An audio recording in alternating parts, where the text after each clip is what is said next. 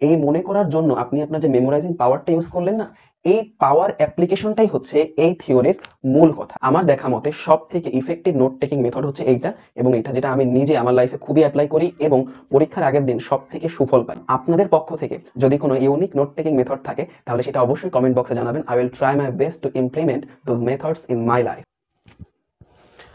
Hello everyone, it's me Debashis Haldar. You can call me Debashis da as well.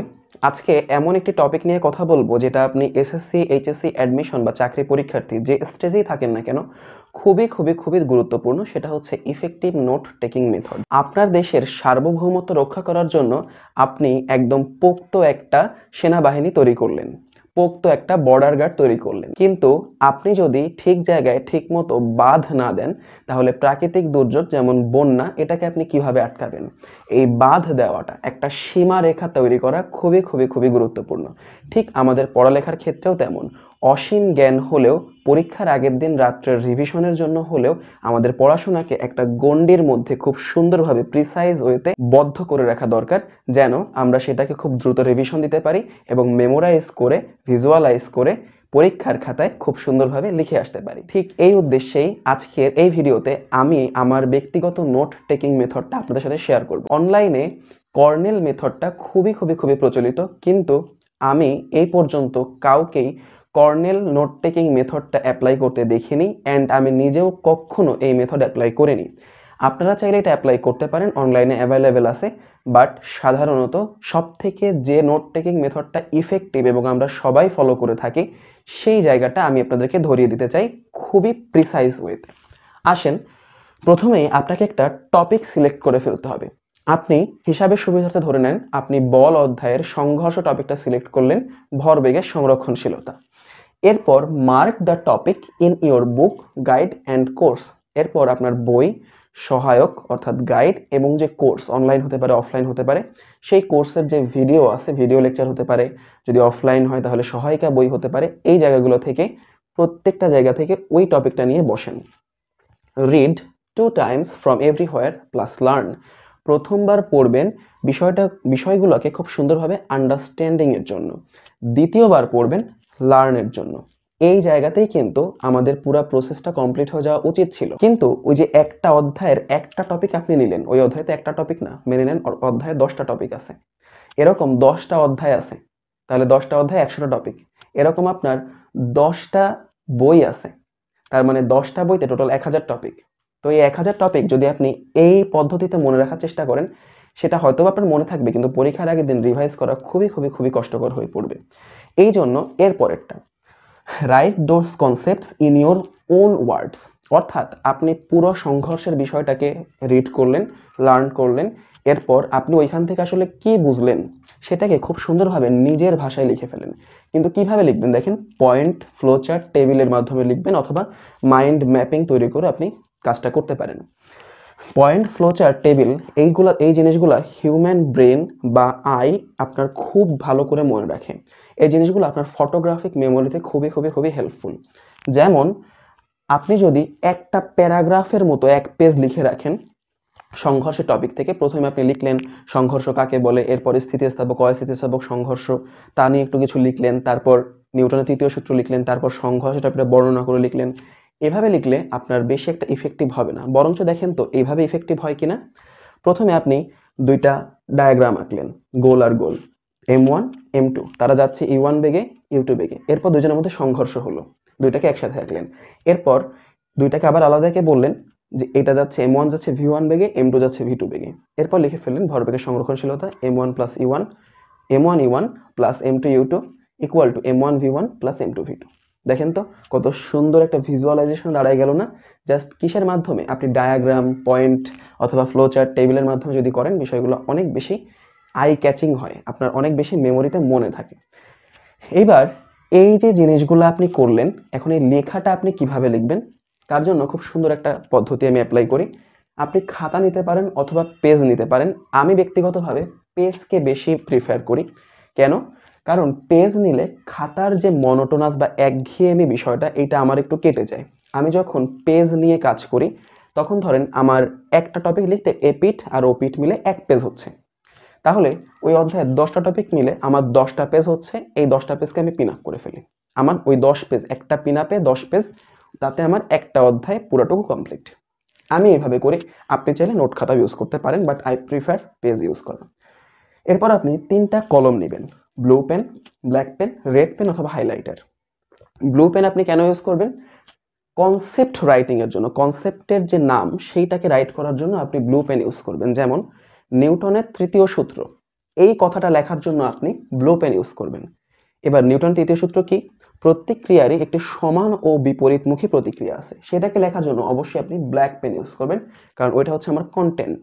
তাহলে কনসেপ্টের মূল কথাটা লেখার জন্য আপনি কি ইউজ করতেছেন? Blue pen. আর ব্ল্যাক পেন ভিতরের কন্টেন্টগুলো লেখার জন্য ইউজ করবেন। এইবার পুরা টপিকটার মধ্যে কি ওয়ার্ড কোনগুলা, কি পয়েন্ট কোনগুলা, যেগুলো আপনার মনে রাখতেই হবে, যেগুলো মনে রাখার জন্যই আসলে এটা পড়া হচ্ছে। যেমন ভরবেগের সংরক্ষণশীলতা, আলটিমেটলি এই সূত্রটা কিন্তু আপনাকে মনে রাখতে হবে এবং এই সূত্রটা দিয়ে ম্যাথ করতে হবে। m1u1 plus m2u2 equal to m1v1 plus m2v2। ওইটাকে কি করবেন? রেড পেন দিয়ে বক্স করে রাখবেন অথবা হাইলাইটার দিয়ে দাগায় রাখবেন। ঠিক আছে? এই কি ওয়ার্ড, কি পয়েন্টগুলা খুব রেড পেন অথবা হাইলাইটার দিয়ে দাগালে কি হয়, আমাদের ব্রেন কিন্তু উজ্জ্বল কালারগুলো বেশি মনে রাখে। ঠিক আছে? তার ফলে আপনার ব্রেনটা ওই জায়গাটাকে মনে রাখবে। ওকে? ইউজ শর্টকাট, এগুলাকে শর্ট হ্যান্ডও বলা হয়। ঠিক আছে? দেখেন আমি কোনগুলো ইউজ করি। আমাদের ইঞ্জিনিয়ারিংয়ে এই শব্দগুলো অনেক অনেক বেশি ব্যবহৃত হয়। তো সেই জন্য আমি এইগুলাকে আপনাকে উদাহরণ হিসাবে দিচ্ছি, আপনি আপনার মতো করে এইগুলা ব্যবহার করতে পারেন। যেমন বিটুইন, এই কথাটাকে আমি BATW উপরে N দিই। মেশিন, মেশিনকে M/C, মেশিন। আমার পুরা নোটে যেখানে M/C ওইটা আমার মেশিন। ম্যাক্সিমাম, মিনিমাম, এই জিনিসগুলোকে ম্যাক্স, মিন এভাবে লিখি। এছাড়াও আরও অনেক আছে, আপনারা আপনাদের মতো করে এগুলো সাজাতে পারেন। এই তো হলো note taking method. Note taking মেথডের পরে এইগুলা কিন্তু বারবার বারবার আপনাকে রিভিউ করতে হয়। তার জন্য আরেকটা পদ্ধতি আছে যে জিনিসগুলো আপনারা অ্যাপ্লাই করতে পারেন, সেটা হচ্ছে দেখেন অ্যানালগ ফ্ল্যাশ কার্ড থিওরি। এটা হচ্ছে ফর মেমোরাইজিং, বেটার মেমোরাইজিং এর জন্য এটা আপনি ইউজ করতে পারেন। এটা আমি আমার স্কুল কলেজ পর্যন্ত ব্যবহার করিনি, এটা আমি সাধারণত ভার্সিটিতে উঠে ব্যবহার করেছি। ভার্সিটিতে উঠে ব্যবহার করার সময় আমার মনে হয়েছে যে এটা স্কুল কলেজেও আমি ব্যবহার করলে ভালো হতো। কেন? ভার্সিটিতে আমাদের অনেক অনেক অনেক ভাস্ট টপিক থাকে, যেগুলা পরীক্ষার আগের দিন রাত্রের ওই যে একটা কাগজের মধ্যে না লিখলে মেমোরাইজ করে লিখে আসাটা একটু টাফ। তো আমি সেখানে এই অ্যানালগ ফ্ল্যাশ কার্ড থিওরিটা অ্যাপ্লাই করি। সেই থিওরিটা কেমন?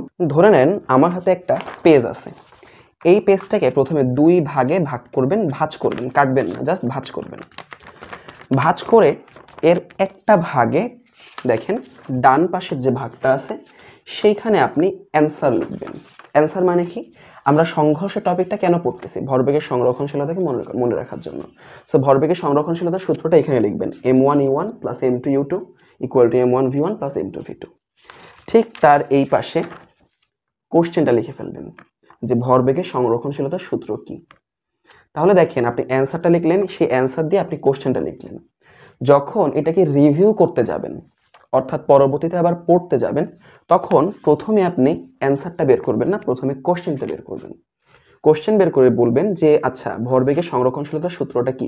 আমি যেন এই পিঠে কি লিখেছিলাম, এই যে ভিজুয়ালাইজ করতেছেন আপনি, আমি এই পাশে লিখেছিলাম ভরবেগের সংরক্ষণশীলতার সূত্র m1u1 plus m2u2 equal to m1v1 plus m2v2। এই যে আপনি মনে করলেন, এই মনে করার জন্য আপনি আপনার যে মেমোরাইজিং পাওয়ারটা ইউজ করলেন না, এই পাওয়ার অ্যাপ্লিকেশনটাই হচ্ছে এই থিওরির মূল কথা। এইটার মাধ্যমে কি হয়, পরীক্ষার হল যখন আপনার এই ভরবেগের সংরক্ষণশীলতার সূত্র রিলেটেড কোনো কিছু আসে, তখন আপনি এই জায়গাটাকে ভিজুয়ালাইজ করে মূল থিমটা বা মূল কনসেপ্টটা ধরে ফেলতে পারবেন। সো এটা বাদ দিয়েও কিন্তু আরও যে মেথডটি আছে, আমি শুরুতেই বলতেছিলাম কর্নেল মেথড, এটাও আমি ইউটিউবে দেখেছি সবাই বলে, কিন্তু আমি আমার লাইফে আমার বড়দের অথবা আমার টিচার যাদের নোট আমি পড়তাম অথবা আমার যারা স্টুডেন্ট আছে যাদেরকে আমি পড়াইছি, কখনো কাউকে এই মেথড আমি অ্যাপ্লাই করতে দেখিনি এবং আমি নিজেও কখনো এই মেথড অ্যাপ্লাই করিনি। এজন্য আমি এই মেথডটা আপনাদেরকে বললাম না। আমার দেখা মতে সব থেকে ইফেক্টিভ নোট টেকিং মেথড হচ্ছে এইটা এবং এইটা, যেটা আমি নিজে আমার লাইফে খুবই অ্যাপ্লাই করি এবং পরীক্ষার আগের দিন সবথেকে সুফল পাই। এটাই আমি আপনাদের সাথে শেয়ার করলাম আমার ব্যক্তিগত অভিজ্ঞতা। সো এই যে নোট টেকিং মেথডের কথা আমি বললাম, এই নোট টেকিং মেথড অ্যাপ্লাই করলে আপনি কিন্তু পরীক্ষার আগের দিন রাত্রে এর সুফলটা বুঝতে পারবেন, অথবা যদি খুব শর্ট টাইমে আপনাকে কোনো কিছু রিভিশন দিতে হয় তখন এই নোট টেকিং মেথডগুলোর প্রয়োজনীয়তা বোঝা যায়। সো এই নোট টেকিং মেথড আমি আপনাদের সাথে শেয়ার করলাম। আপনাদের পক্ষ থেকে যদি কোনো ইউনিক নোট টেকিং মেথড থাকে তাহলে সেটা অবশ্যই কমেন্ট বক্সে জানাবেন। I will try my best to implement those methods in my life. So দেখা হবে অন্য কোনো ভিডিওতে। তাদের জন্য অনেক বেশি দোয়া রাখিয়েন। Good luck everyone.